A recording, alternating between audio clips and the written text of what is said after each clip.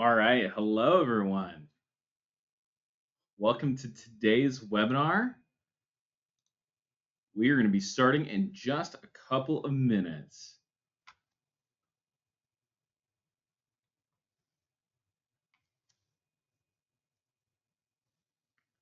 Just give it a quick few to let people filter in.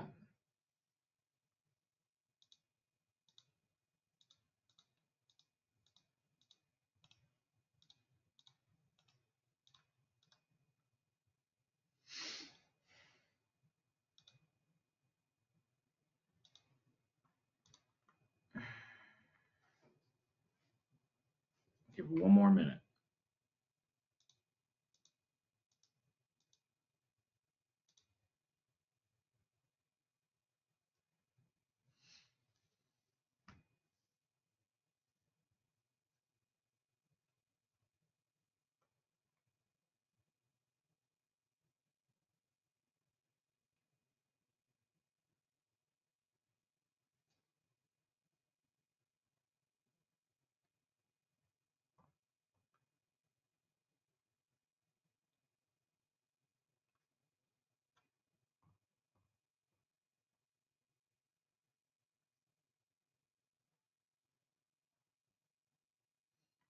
All right. Let's go ahead and get started. Thank you all for joining the webinar today. Before we get started, one of the things I always like to point out is that our CTS team is ready to answer any questions that you may have, whether or not you're here with us live or you're watching this after the fact. We have a team of software consultants that work with churches 24/7, it feels like. And whether or not, if I can get to your questions during the webinar, great. But we always want to make sure that when you're looking at and evaluating software, you're making the right decision for your church. And that might mean not working with us. But that being said, we have an incredible offering here for everyone today. And if you have any questions, we are here to get into the details with you. So what are we talking about today? So we're going to be talking about Church360 members. And it is one of my favorite products that we put out here at CTS. It's built specifically for church administrators and pastors and volunteers. So it really spans that gap of being something that's very powerful for the church office, while also being very easily learned and implemented into the day-to-day, even if you don't have a lot of experience with church management software. And the reason why we do this is because we believe in supporting ministries through technology. And that is everything we are all about here at CTS. So a little bit of housekeeping, some key people. If you're not familiar, Concordia Technology Solutions, we've been building church management software products since late 80s, early 90s. My name is Rob Davidson. I'm the manager of CTS Sales and Marketing. And your church, kind of like I was getting at, is the number one important key person in this webinar today. Because again, like I said, it's like you need to make the right decision for your church. And I hope today that you can get a feel of whether or not Church360 is right for you. So let's get into it. Church360 members. So I like to start with the problem when we look at software as a solution. And we all know that churches have a variety of administrative needs. But more often than not, those solutions that they potentially might lean on often aren't built for churches, or it creates more work because you're doing things like double-ended, like you're doubling up on data entry, or it doesn't exactly do what you need it to do. And that creates more work. And that's the opposite of what you need when it comes to a product. So Church360 members, it allows you to do so much. Some kind of key areas that I always like to highlight are it helps you communicate, coordinate, count, and connect.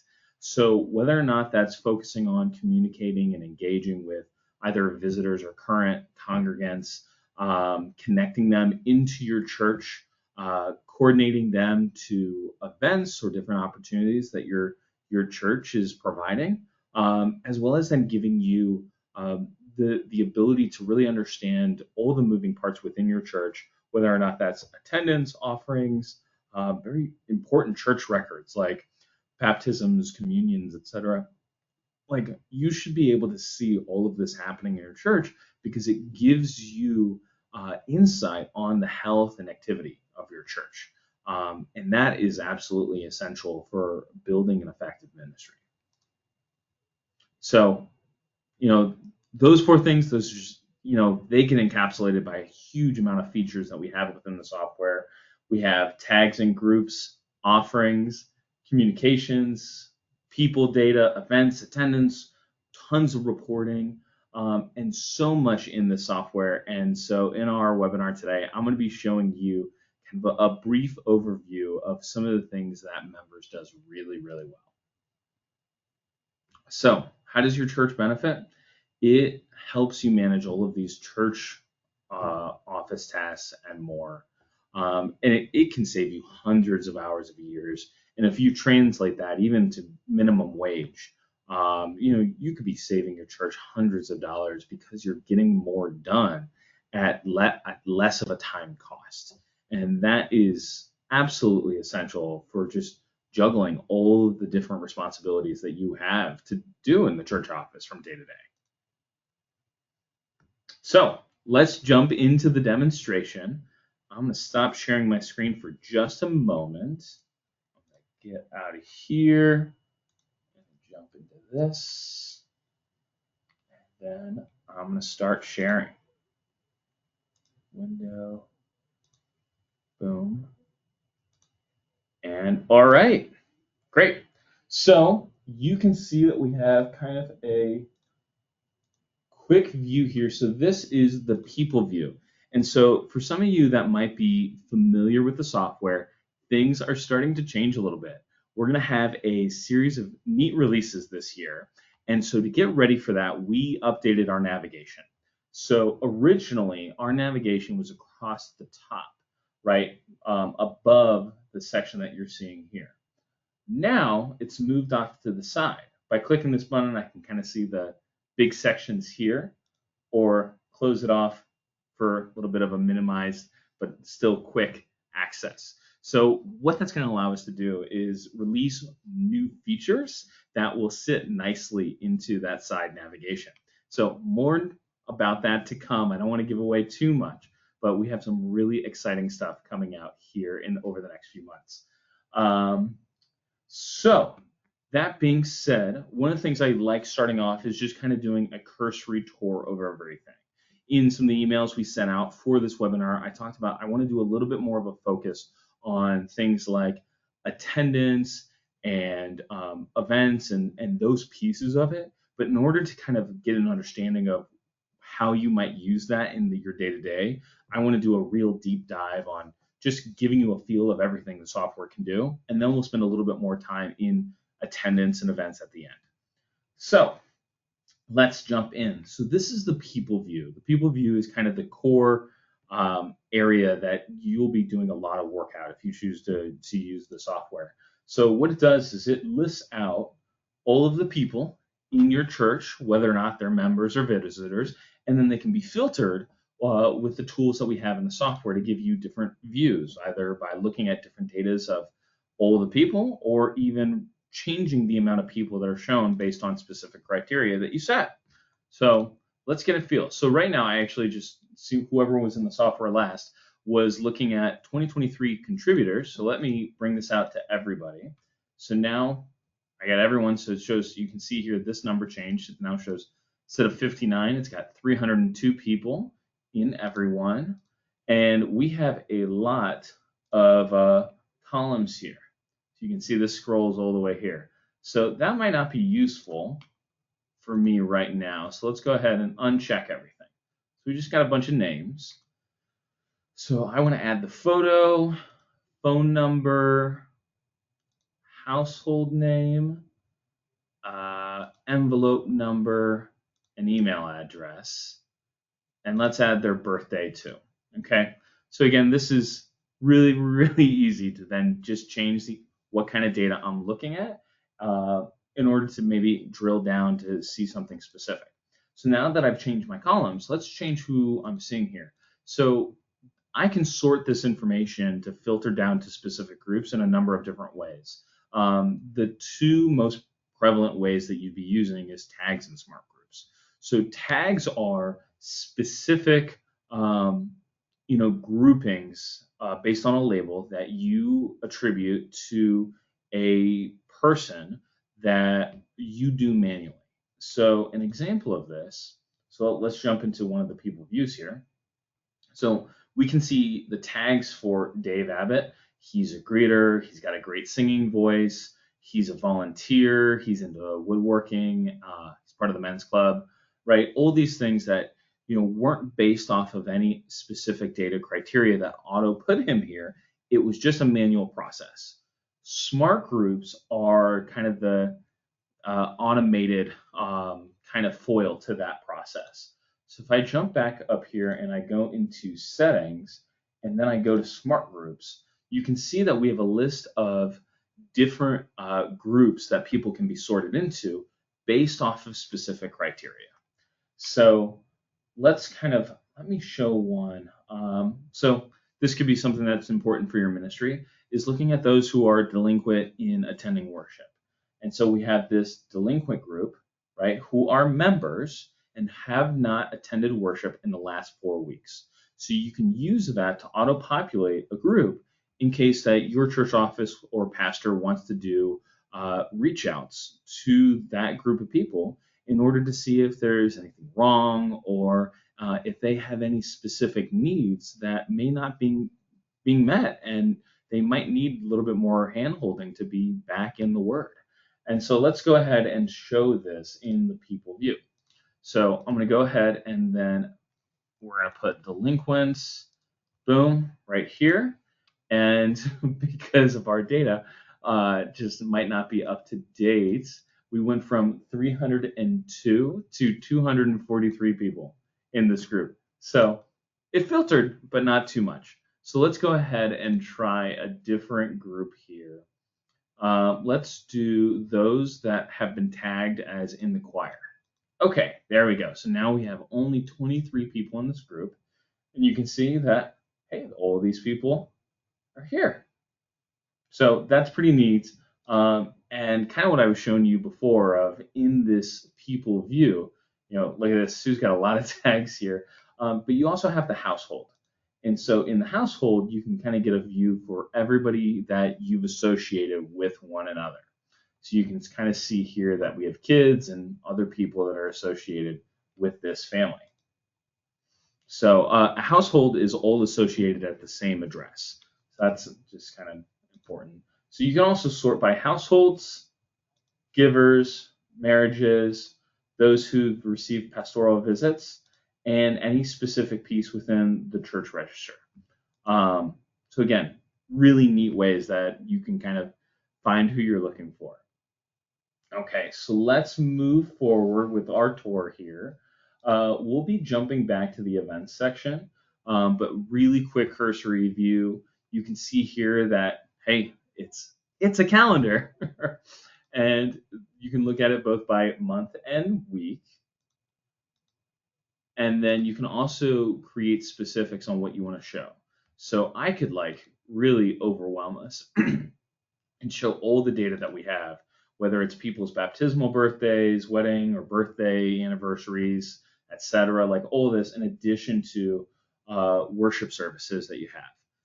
That is going to overcomplicate things for us today, so we're just going to show worship calendar here, because effectively that's going to be more often than not kind of the key area where you're tracking attendance. But you can kind of see that I can pick up any one of these and see an event view dedicated for the event that was built. And you can see that there's also repeating ones as well. I'll show you how to kind of build one of those here in a bit. So then kind of on our whirlwind tour, we also have offering section. So contributions, offerings, whether or not that's a loose offering in the communion plate or something bigger given directly to the church office. You need to be able to see how those come in. And so you can see here that it's split between, right now, summaries by fund. So that's going to be one of the areas in which you can control what's being tracked within the offerings coming in. The other way to do it is to summarize it by giver. And so you can see here is all the people that have given within the time range that we have above. So this is January through April 2024. If I was to go through another area, I can then just drag and pull here, and it shows me a different set of data. Really easy to use. And then going down, I can then see and sort in different ways. So I can do giving in the date range or sort it by average gift. So envelope number, if I'm going through a process and I'm sending out or collecting one or tracking one by one, or if I want to track by individuals first and then marriages.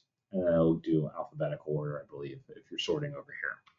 So again, very neat. If we're going to go ahead and create one, let's just go ahead and look at all offerings. So that's then kind of showing us a broader range of those giving together or by themselves, what fund, the amounts, and how, right? And let's go ahead and go to a new batch, and let's pick a Sunday morning worship, all right, for last Sunday here. And okay, so now this is going to take you to the offering view here for entering a batch. And so I'm going to put in some loose offerings, and we're going to put the amount here is $127.75. Ooh, 75 cents. I'm going to hit enter. And there we go. That's it. Then we're going to track by giver. We're going to change to fund, just to kind of show you different ways that this could be done. And we're going to do it. It's going to be in the form of a check, and you can always hit it on your keyboard for faster entry. And it's going to be check number 101 for $400. Enter. Okay. And then this is a family that's giving together, and it's going to be done through electronic, and it's going to go to Vacation Bible School for let's do $75. Okay. And then you can see here down in this section how that's automatically compiling, so I can see the totals of this Sunday worship. So, okay, let's move from there. Oh, and I can delete this batch if I wanted. Let's jump back to, I believe that's everything that's worth showing right now. Oh, and then I could also, you can also filter, just like in the people view, who is the data that's being shown. So just a little bit ago, I was only showing those who are members who have given, right? But I can also do that for anyone that we have data for. So if we have a visitor in which you have an association between the visitor and how much they've given, you can still track that information. So, okay, so going forward, this is one of my favorite areas in the software. This is the communication module. So the communication module is relatively new. We launched it in late winter of last year. And so what it allows you to do is send messages to your congregants using tags and smart groups, but we also do it in a really neat, easy to use way.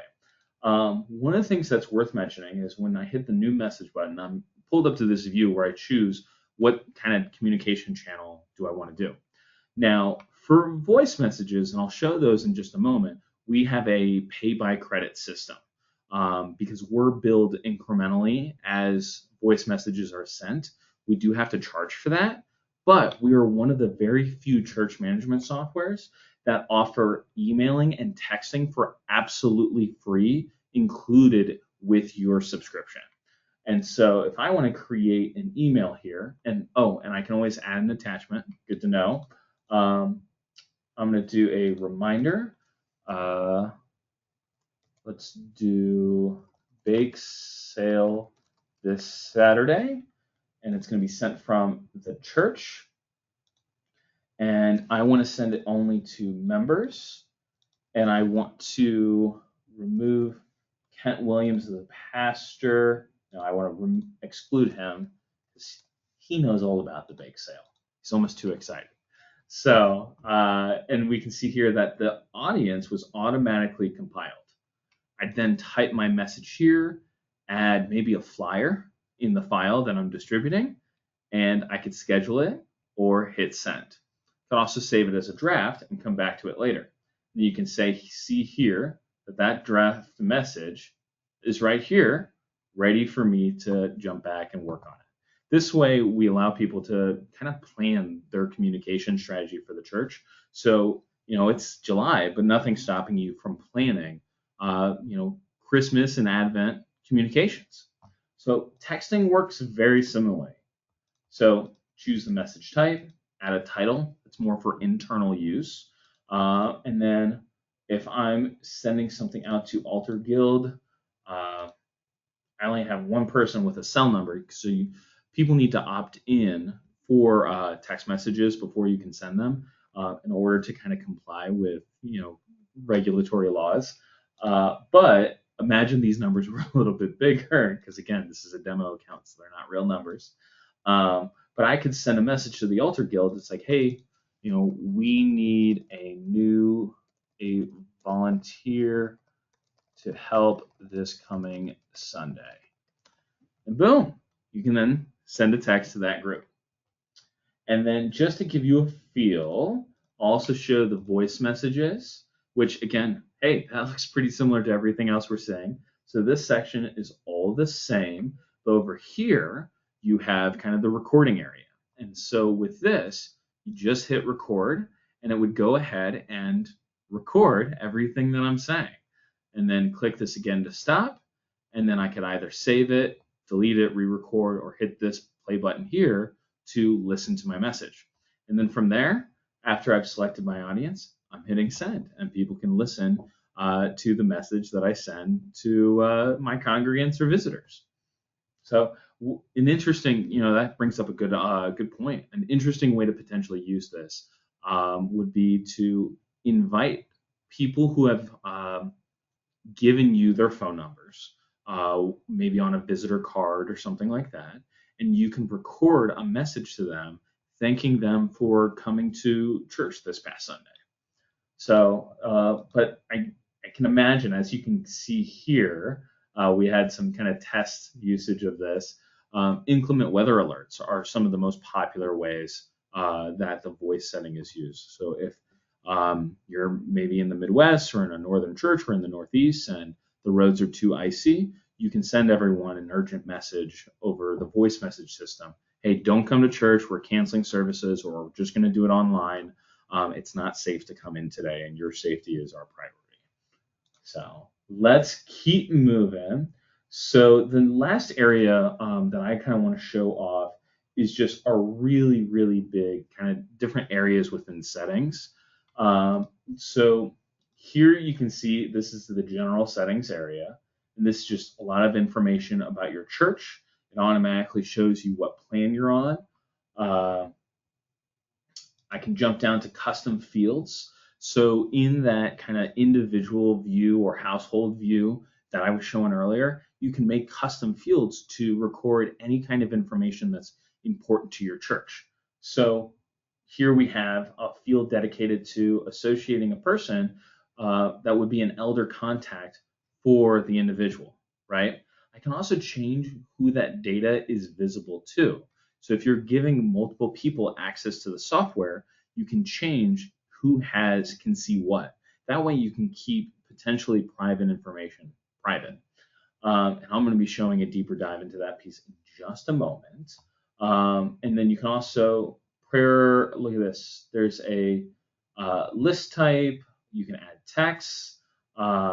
So a lot of uses here for that. We have a system that automatically tracks grades. So once a student is put into a grade, you can have an automatic promotion date where students are automatically moved to the next grade in your system, so you can keep track of that. Smart groups I've shown, And then we have tags. If I want to type in a new one, church committee extra, and then I could hit add tag here, right? And then change the color, and that would add that to the system. Calendars. So you saw we had different kinds of calendars, and I just toggled on the worship one, but you can see here that there are a lot of different calendars that you can make depending on the needs that your church has. Offerings, so you can track envelopes, funds, and pledges. So these are the ones that we have in our system right now. So the Seafrits are pledging $200 every other week. And then we have some super exciting communication settings. You can kind of prioritize the email selection priorities, what your email sending address is, any templates for announcement, invitation, prayer requests, or reminders. And that probably speeds up your workflow a good amount potentially. And then you can also build in opt-in messages for texting. And then also another area where it shows how many credits you have left on your account. And you can also add custom message types, which I then believe you can build more templates for. So really neat stuff here. So then we have kind of a whole opt-in section. Texting opt-ins. Integrations are really worth talking about here. Our Vanco integration is how we do e-giving at Church360. So churches, I think the last bit of data that we saw on it, that churches see a bump in 26 to 24% in giving when they switch to include online giving. So we have a whole system for integrating that data from Vanco, one of our partners, directly into Church360, so you can have all your data coming together and you don't have to do any double entry. So that's super cool. Paycor, I won't be talking about today, but that's a little tease for what's to come. And then kind of this admin section is the last area I want to do before we do a little bit more in attendance, and that's with the event log. This is one of my favorite areas of the software as well, because I know how important it is for churches to know what's happening inside their software. And so the event log section shows every change that's made and by who in the software. So you can see here that a change was made to the Adams household on July 8th. So that's yesterday. This user that we have associated to this account made a few changes, right? Added Jim Adams and changed their contribution status to jointly with Tammy, right? So you can then see there, and then you can see, hey, Katie Crawford's status was moved from unarchived to archive. Sue Abbott, there was a note added to this individual. Birthdays were changed, and it goes on and on and on.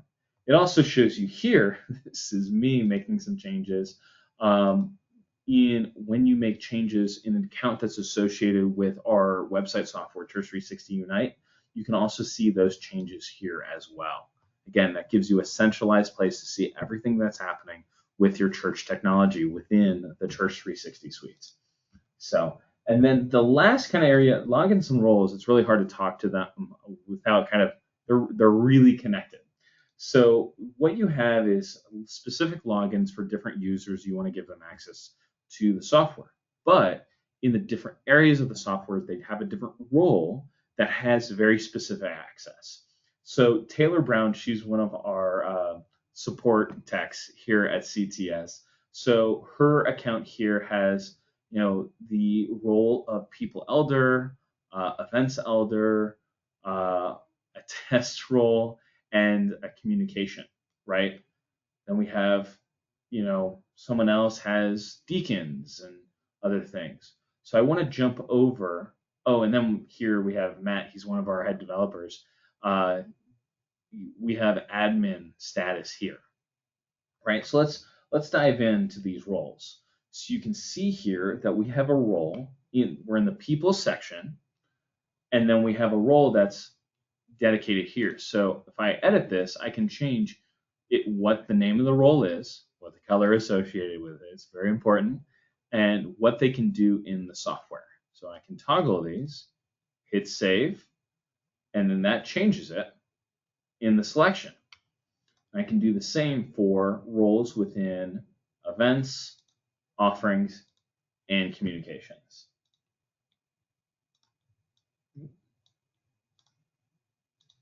All right. So that being said, let's do a final swing through events. So earlier I showed you how to record a offering batch. Attendance almost has a relatively similar workflow. So let's go ahead and jump to the attendance section, and we're going to pick a Sunday here. This should work to enter attendance. Okay. So then I'm going to show everyone, all the members, I mean, and I'm going to kind of start going down. So there's two ways to record attendance here in Church360. So you can do it by head count, or you can do it by individual, right? And so if I want to just do the head count, say I'm an elder and we don't have a visitor card system, right? And I just want to stand in the back of the church and count heads, right? I would toggle this when I have on my notepad or whatever. I would say I would just like to enter just a count for this event. And then I would go down to the bottom here and I would put in the number, right? And then I would hit save. Boop, change is save. Great. Now, let's say we are a church that we have kind of visitor cards, right? And I get those and I have a pile of them at the end of the day. And so now I'm going to go through one by one. So I have some, so I did an additional head count. So I know that out of these visitor cards, there's going to be 52 of them that we don't have a visitor card for, right? But the rest I do. So I'm going to select the whole Abbott family here. And you can see we just added 6 people down here at the bottom. David and Jeffrey were here. Taylor was here. All the Callaways, the Chungs, Clayton family. Katie was here. Lou and Pam. See that then selects all of them, right? And so you can see how this works. It's a very fast way for going through here.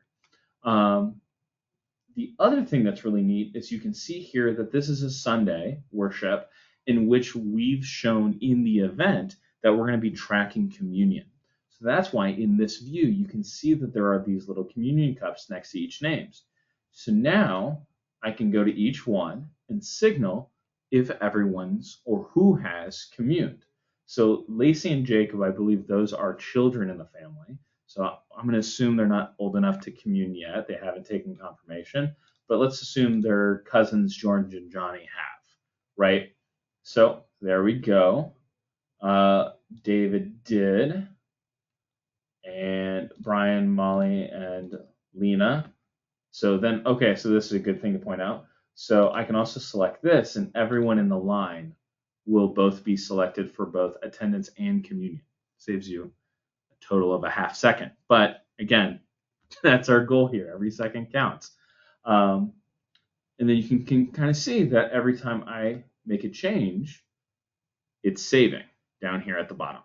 So again, so that means that, hey, if you need to step away from the software or what have you, right, you're not losing your progress, which I think is really valuable. Because again, we all have busy lives. So last thing I want to do is just show you how to make an event. So this is a really easy process. So we talked about young adults. We'll say young adults. And we're going to do annual bake sale. There we go. That's great. We're going to do it at church parking lot. And then we're going to select the day. It's this coming Saturday. And it is from 7. No, let's do 10. You know, if things could just like listen to me. There you go. I was hitting letters instead of numbers. Or I could signal as the all day, right? Makes my life a little bit easier. And we're going to say it repeats every year, and it ends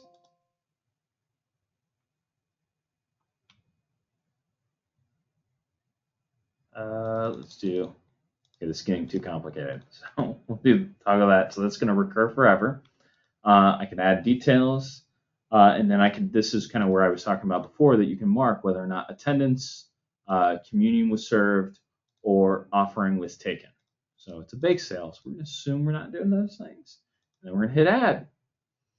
Okay, so then we can try to find it. So let's go a couple months, because I think I did that in June, and it was a Saturday. No, I did this coming Saturday. Oh, it's because I don't have it toggled.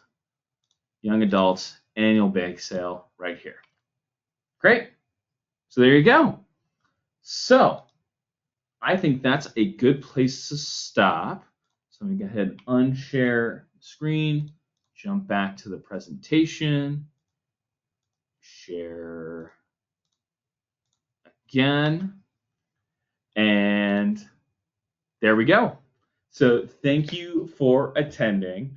I do want to say that our team is doing free assessments for church technology. If you have any questions about, hey, you don't know if you're going about things the right way with a current software you have or your church website, our team would be more than happy to just sit down with you for free and kind of talk shop. Could you be doing things more efficient? Where could be some improvements in your workflows so that you can do more with the time you have. So please let us know if that'd be something you're interested in, and I can get you connected to our team. So, or you can reach out. This would probably be the best number to do so directly, that ctscommunity@cph.org. I track this email personally. And then if you call this number, you should be able to get a hold of us, but often our team is on the phones, and so sometimes you miss it. And so that email is probably going to be the best way to get a hold of us. So there we go. That's our webinar today. Thank you so much for listening in. Do we have any questions? We don't have any questions. For those of you that are watching live, if you have any questions, I'd be happy to stay a few minutes and answer them. Otherwise, I hope you have a blessed rest of your week. And let us know if you have any additional questions about the software after today, and we'd love to talk to you.